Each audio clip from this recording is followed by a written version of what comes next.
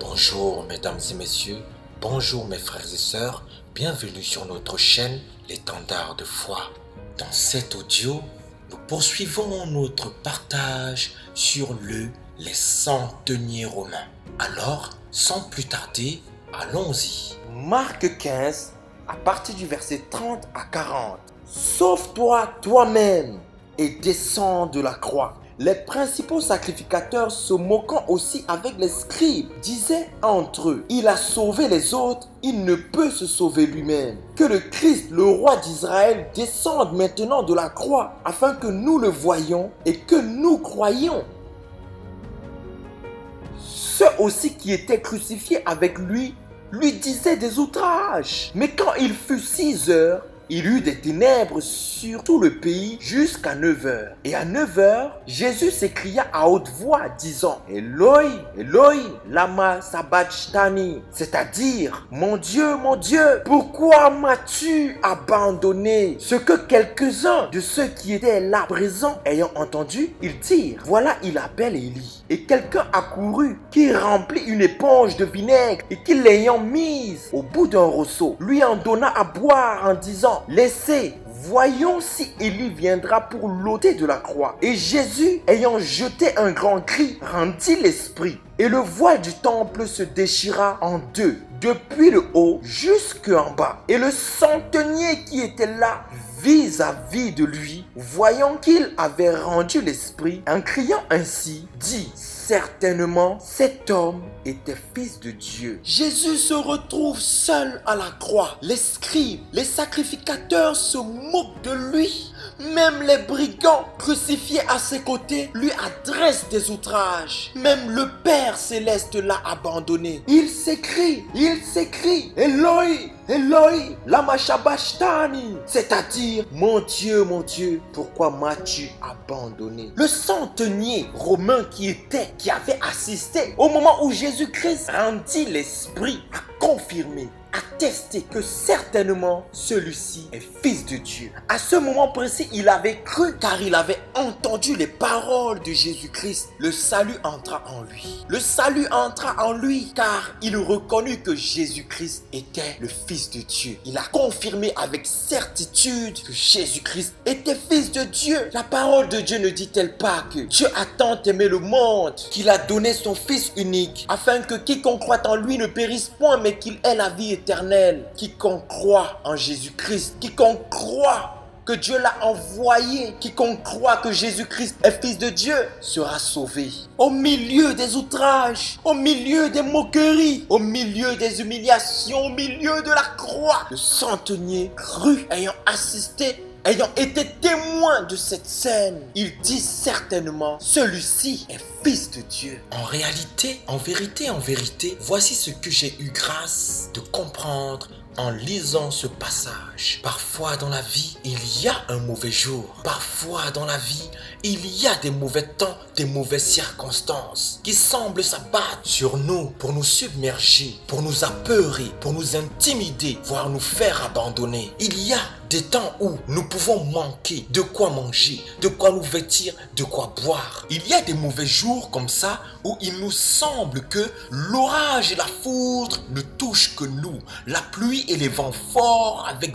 véhémence sont contre nous. Le soleil dans son apogée ne chauffe que sur notre personne. Il y a des mauvais jours, il y a des mauvais temps où nous pouvons être chagrinés, peinés, nous pouvons être découragés, en phase de dépression. Oui, quelquefois, les gens ne croiront pas toujours en notre message, à la parole que Dieu aura mis en nous.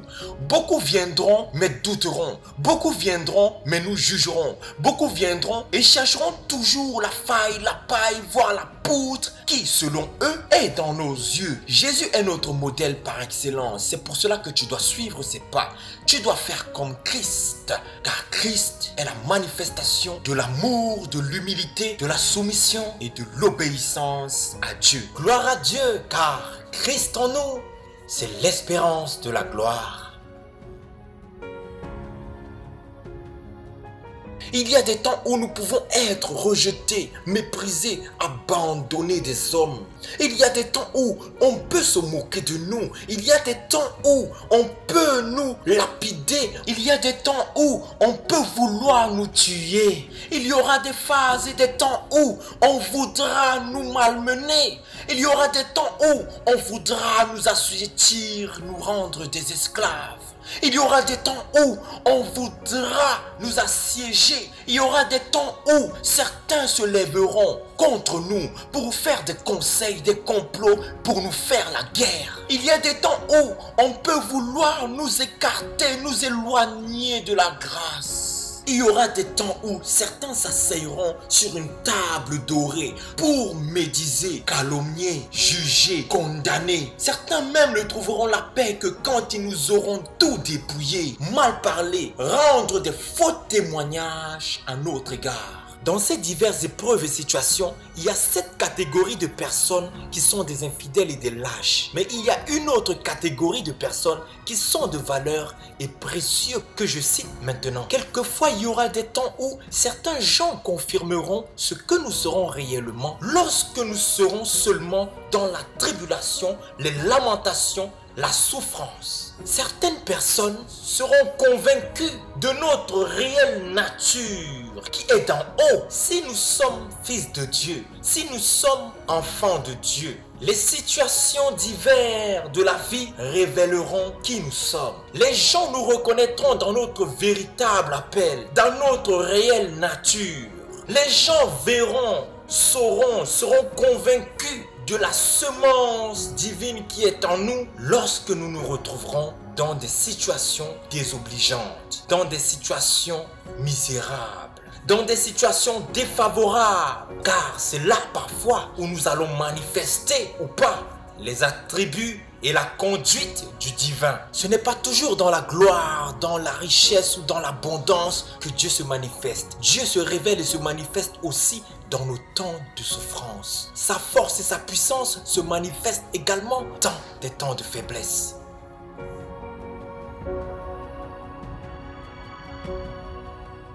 Alors que dire? Les difficultés, les problèmes, les souffrances, les maladies sont-elles souvent mauvaises? Non, pas toujours. Elles peuvent être pour la gloire de Dieu. Elles peuvent être un sujet de bénédiction pour plusieurs. Car en elles, il y a des leçons à en tirer. Quelquefois, les épreuves révéleront notre véritable nature. Si nous sommes lumière ou ténèbres, si nous sommes divins ou démoniaques, si nous sommes d'en haut ou d'en bas, si nous sommes méchants ou bons. Certains nous reconnaîtront et témoigneront en vérité de qui nous sommes quand ils verront la nature divine de Dieu en nous se manifester au travers de nous. Ils rendront gloire à Dieu. Ils auront la conviction, la certitude que nous sommes dans le véritable, que nous sommes dans le bon, car notre conduite parfaite venant du ciel, venant du Seigneur, leur fera voir la grâce et la grandeur de Dieu.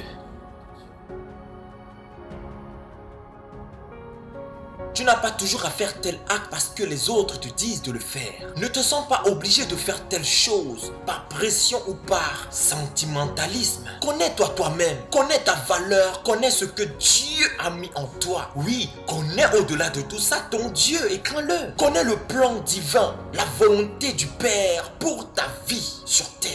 Connais ton appel, connais ta vocation et sois fidèle. Connais ton message, connais tes dons, tes talents, afin que tu puisses réellement être efficace pour la gloire de Dieu. Ayant connu ton Dieu et sa volonté pour ta vie, ne laisse personne te faire sortir de ton couloir de destinée. Ne laisse personne te faire sortir de ton Nazaréat. Ne laisse personne te sortir de ta vision. Ne laisse personne te ravir, mon frère, ta couronne. Ne laisse personne te faire sortir de la porte étroite. Ne laisse personne te faire dévier du message. Ne laisse personne t'amener dans l'iniquité. Ne laisse personne t'amener à adorer des idoles. Ne laisse personne te faire descendre de la croix. Ne laisse personne te faire laisser ta croix. Car la croix est ta victoire. Ne laisse rien, ni la gloire, ni les honneurs, ni les richesses, Le succès t'éloigner de Dieu, mais sois fidèle jusqu'à la mort. Et oui, mes frères et sœurs, nous devons, comme Christ, renoncer à notre ego. Nous devons mourir à nous-mêmes, mourir au vieil homme qui cherchera toujours à brandir ses épaulettes. Nous ne devons pas chercher l'approbation des hommes. Nous ne devons pas chercher à ce que les hommes nous applaudissent et nous acclament. Nous ne devons pas chercher les premières places, ni à se mettre devant. Nous ne devons pas chercher à ce que ce soit les hommes qui nous recommandent. Nous ne devons pas chercher à ce que les hommes nous approuvent forcément. Mais nous devons chercher à être agréables à Dieu. Tant que Dieu nous approuve et nous recommande, là est la vérité et c'est l'essentiel.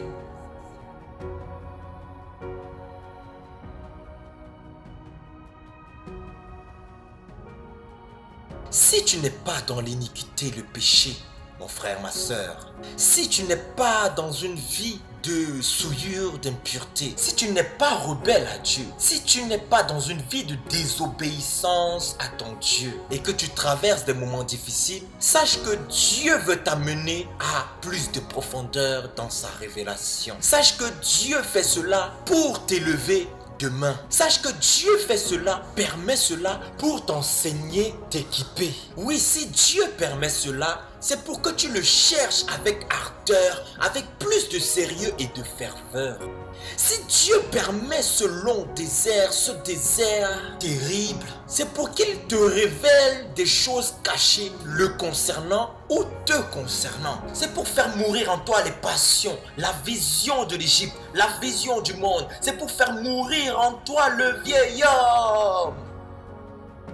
Ne cherche pas à fuir ni à sortir de ton châtiment, de ton test, de tes épreuves, de ton désert. Persévère et gagne. Sois fort et courageux. Lève-toi, bats-toi. Car tant que tu sais que Dieu t'approuve et que tu es obéissant à sa parole, tiens bon, surtout ne lâche pas la main du Seigneur. Parce que Dieu a déjà pourvu à la solution pour te faire sortir, pour te faire triompher.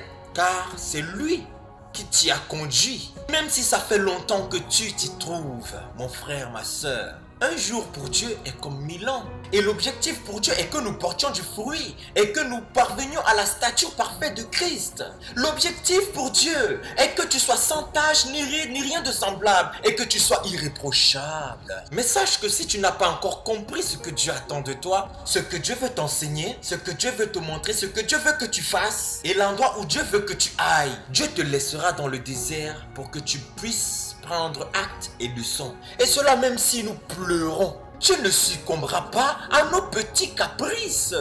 Dieu ne succombera pas à nos petites fantaisies, nos petites colères et nos petits chantages. Et cela même si nous chialons, même si nous nous énervons. Mes frères et sœurs, Dieu veille sur sa parole pour l'accomplir. Dieu veille à son plan pour nos vies pour l'accomplir. Oui, Dieu veille sur ses promesses dans nos vies pour les accomplir. Et cela, peu importe les temps. Deux fois, c'est pour te corriger et t'avertir. Deux fois, c'est pour t'émonder et te purifier, mon frère, ma soeur. Deux fois, c'est pour te laver, c'est pour te revêtir de Christ. Deux fois, c'est pour que tu sois parfait comme lui-même est parfait. Oh Dieu, tu dois donc accepter le chemin de la croix. Le chemin de la souffrance, le chemin de la porte étroite et resserrée, car au bout, là est la vie. Car là, au bout, il y a les merveilles de la grâce de Dieu. Si tu as du mal à surmonter cela, si c'est dur, si c'est si difficile, n'oublie pas que le Seigneur est là avec toi pour te soutenir. Invoque son nom et demande-lui son soutien et sa force pour que tu puisses persévérer et remporter la victoire. Même si tu ne comprends pas, même si tu as tout essayé, même si tu as cherché partout, mon frère, ma soeur, lève les yeux vers le ciel car c'est de là que te viendra le secours. Demande à Dieu car il te donnera. Cherche et il t'aidera à trouver. Frappe, oui, mon frère, ma soeur, et il t'ouvrira. Car Dieu veille sur les siens. Au bout, mon frère, ma soeur, la victoire sur le monde, la victoire sur l'ennemi, la victoire sur le péché y est, oui. dans les outrages, dans les moqueries, face à la croix, face aux difficultés, face aux épreuves rudes et difficiles, mon frère, ma soeur, dis avec certitude que Jésus-Christ est Fils de Dieu. Malgré que tout le monde est contre toi, malgré que tu es seul à croire, continue de croire, car Jésus-Christ est avec toi jusqu'à la fin du monde.